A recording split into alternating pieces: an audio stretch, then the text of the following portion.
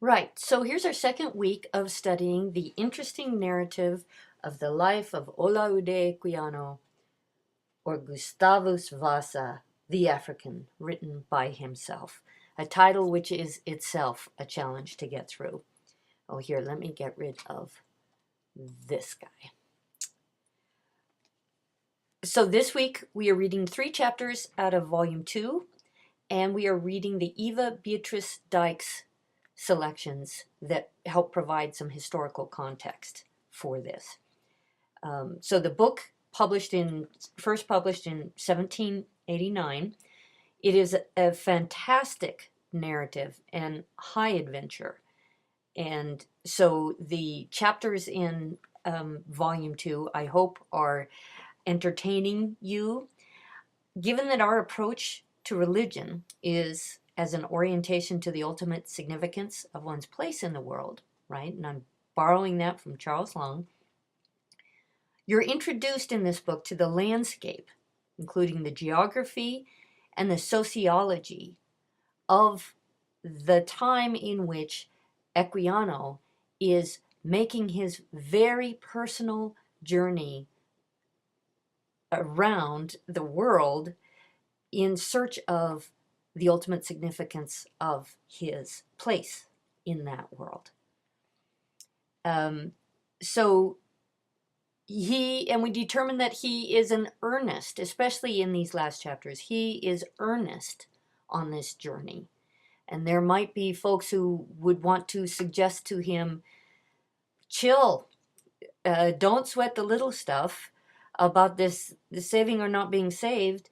You have survived a hellish existence, and I think you will be okay in the eyes of God. It's hard to perhaps understand his earnestness. So let's appreciate that we are getting the intimate depiction of his internal landscape, which is an earnest journey to secure the sense of the ultimate significance of his place, redeemed or not redeemed. That's his question. In terms of the Dykes essay, we're going to focus on the sociological landscapes that preceded that 1789 publication date. The historical context matters hugely in terms of what the dominant culture is even capable of seeing and hearing at the height of the slave trade. So let's think about the fact that a people who can see slavery is going to be challenged in terms of what can they see regarding the full human subjectivity of this author. Now, if the book is published in 1789, then 100 years of ideas prior to that led to the possibility of publishing the book. In literary theory, we have the phrase, the all is already. And this phrase refers to the idea that you cannot say or write or paint or perform something until the ground is prepared for that to be seen, for that to be heard. By the time a speaker, a writer, a painter, or a performer produces their work, the world is always already cultivated in its economic, technological, and cultural landscapes, such that your productivity can be seen. And there are people who we say are ahead of their time, and it means that the people around them really can't see it quite yet. And so the person who's ahead of their time is starting to powerfully cultivate that ground so that the ideas important to them can be seen. So if we think about what this means, then, is that we need to have a grasp on the economic, the technological, and the cultural landscape. It's called this broadly the sociological landscape, in which an orientation can be developed. So the religious life, in this sense, is always deeply embedded in the geography, technology, economics that whole sociological landscape in which the figure is trying to determine their ultimate significance. Now, Dykes gives us 5 areas of Romanticism to consider as the context in which the interesting narrative was able to be published, as well as to think about its influence on what follows its publication. Once you get out there, once you get read, and we know the book was read, then you begin to be part of the ripple, part of the impact on the landscape. She begins, and it's just an absolutely lovely first sentence, and one to be emulated, perhaps, as you begin your first paper. She writes, "One of the salient features of the Romantic movement of the latter 18th and early 19th century was the love of freedom." So a salient feature is you could taste it, you could feel it, it is palpable, it is part of the life of the zeitgeist, the feeling of the time. So one of the salient features of the Romantic movement of the later 18th and early 19th century, and of course if you say 18th century, you think 1700s.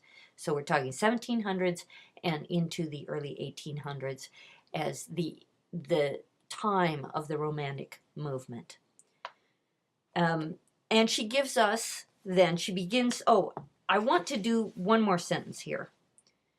She writes, "Whether this love was colored by an increasing conservatism and limited more or less by an adherence to traditional forms and conventions."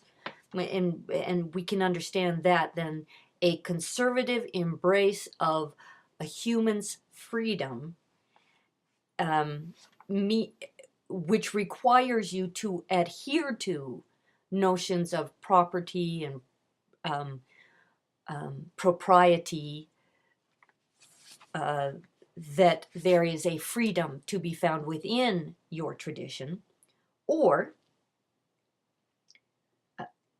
and she mentions Wordsworth, Southey, and Coleridge as representatives of the Romantic movement who embrace a traditional notion of freedom, or whether it was heightened by an intense hostility toward existing conventions and the restrictions of church, society, and state, as was the case with Byron and Shelley. So a love of freedom that says, break free of those bonds that have been holding you, and break free of the oppression of tradition, right? So there's 2 different veins at work in the Romantic movement. It is not surprising to find among these men, and we should include Wollstonecraft among them, and their forerunners, and that's a woman philosopher, Mary Wollstonecraft, and their forerunners, a deep sympathy for the oppressed of any race, and especially for the Negro.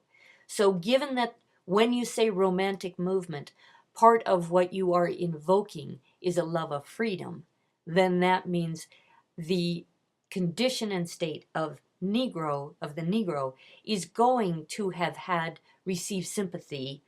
And by that I don't mean, I mean a hearing, a people who can hear a cry for freedom because they themselves love freedom. So she walks us through some of the philosophers and moralists of humanitarianism. So an entire world of philosophical thought is now embracing the idea that humanity is a universal, egalitarian condition. Humanitarianism. She notes that the Quakers become the earliest religious group. As early as 1671, their founder is paying attention to and wishing the full equality of the Negro. The deists are very interesting. I wish we had more time to go into them. But you can think of the phrase clockwork universe when you think of deists, where rather than kind of the good old God of maybe Jesus loves me, this I know, instead with the deists, it is more of a sense of a creator who has set a universe at work, and we can discover the creator in evolution. We can discover the creator through our sciences. We can discover, and so it's a more remote, less personally attached to you idea of God as a creator who has set the universe to work. And so hence the laws of science are central to understanding God at work in the world.